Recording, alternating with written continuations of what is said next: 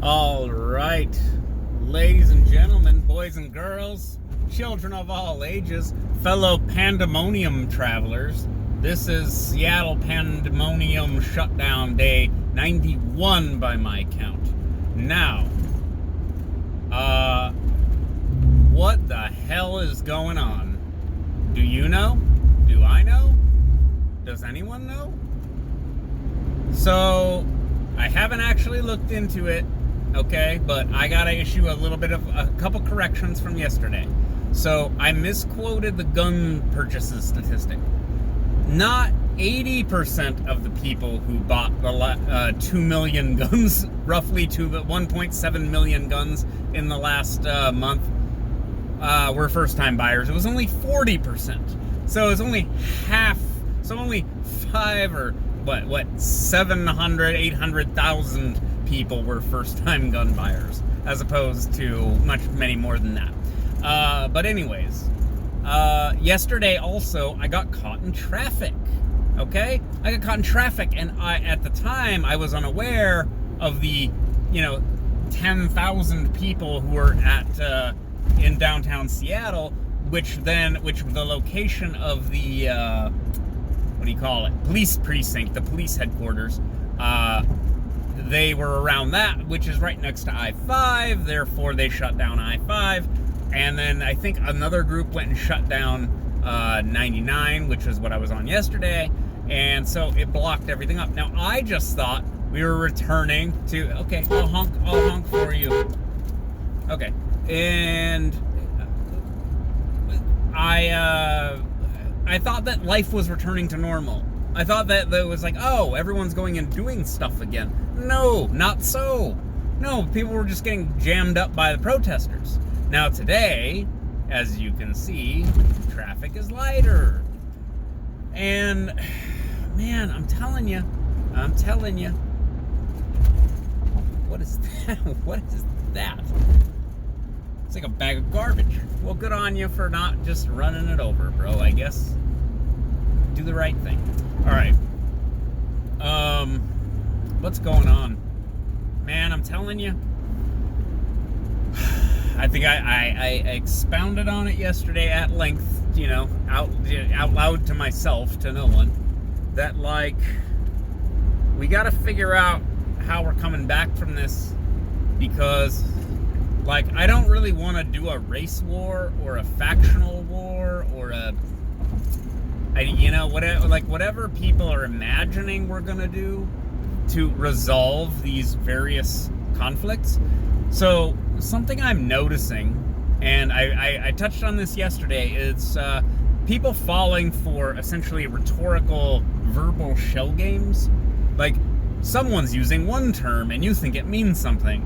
And so then you're mad because you're like, why do you hate immigrants? And it's like, no, I don't even hate illegal immigrants. I just think that there's a problem with illegal immigration.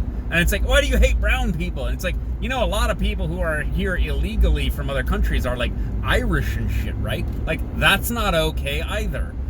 It's just that on the border where you can just walk across the southern border, it creates problems like human trafficking and stuff. And then legitimate concerns become, racism. And you're like, this is not an adult conversation, right? So now we're in a situation where you have cities talking about disbanding law enforcement and defunding law enforcement. Now, you can go deep in those books. You can go deep in those books and you can find all kinds of stuff that is unreasonable, unnecessary, and probably unlawful, really. There's probably just completely illegal shit in those books. And go ahead, go do that. But disbanding law enforcement? Okay. What's the backup plan? Because there is some truth to the notion that we all sleep safe knowing that, rough men stand ready to do violence on our behalf.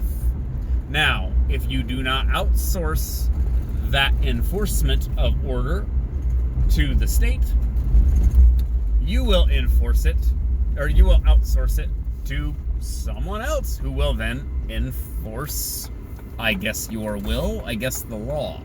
This is the question. So, again, I've talked about this in previous videos. Policing. Policing is...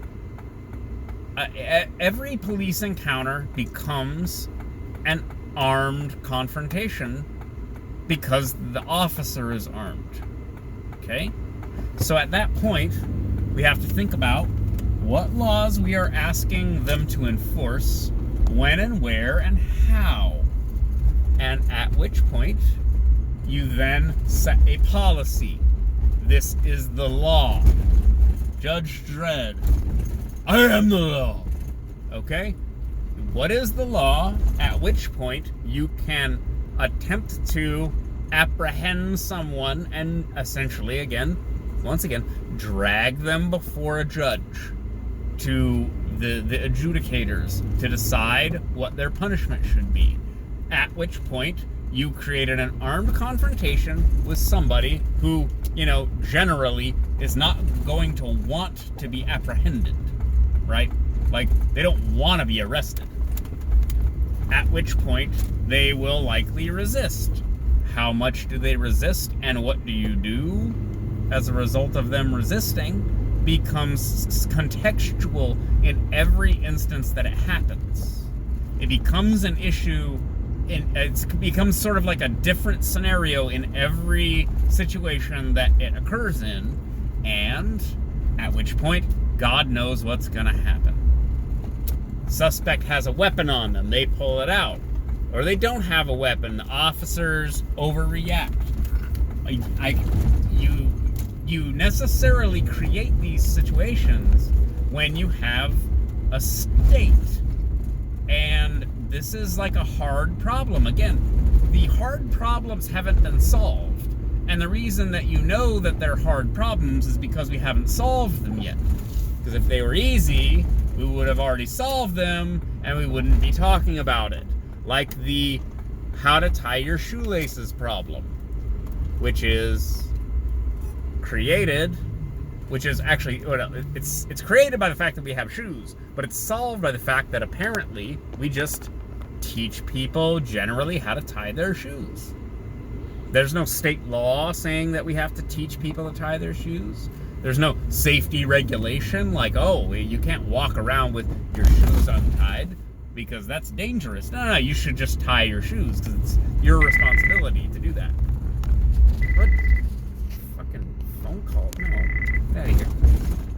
I'm not answering that. What the hell was that? Oh, for fuck's sake. We got all kinds of emergencies and shit. What? I saw SPD lights. Now I got an ambulance? What's going on? No, but policing. This is like the reality of policing, though. This is what I don't quite understand. Is it's like, is this what we asked for? Not really. However, this is the thing. So Minneapolis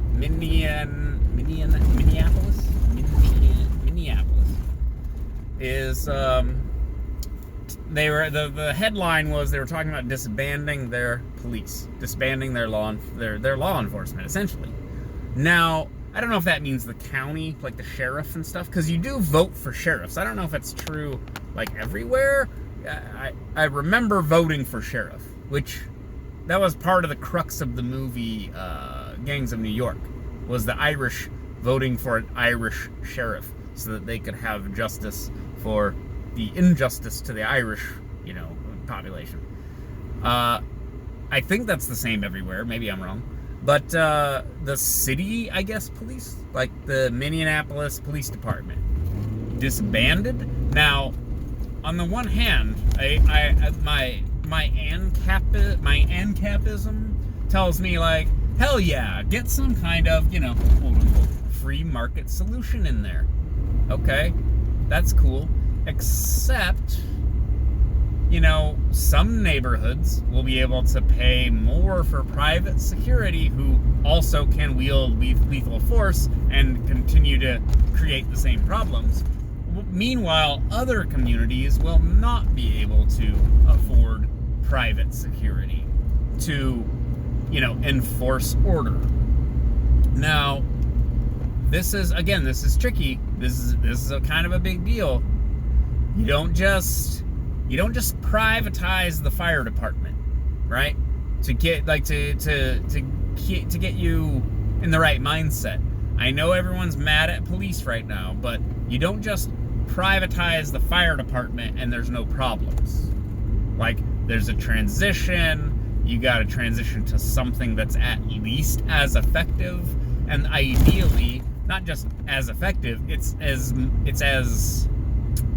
not just as effective, it's more effective and doesn't have the other problems that the current model has. Otherwise, it's not progress and it's not an improvement, right? I don't know, man.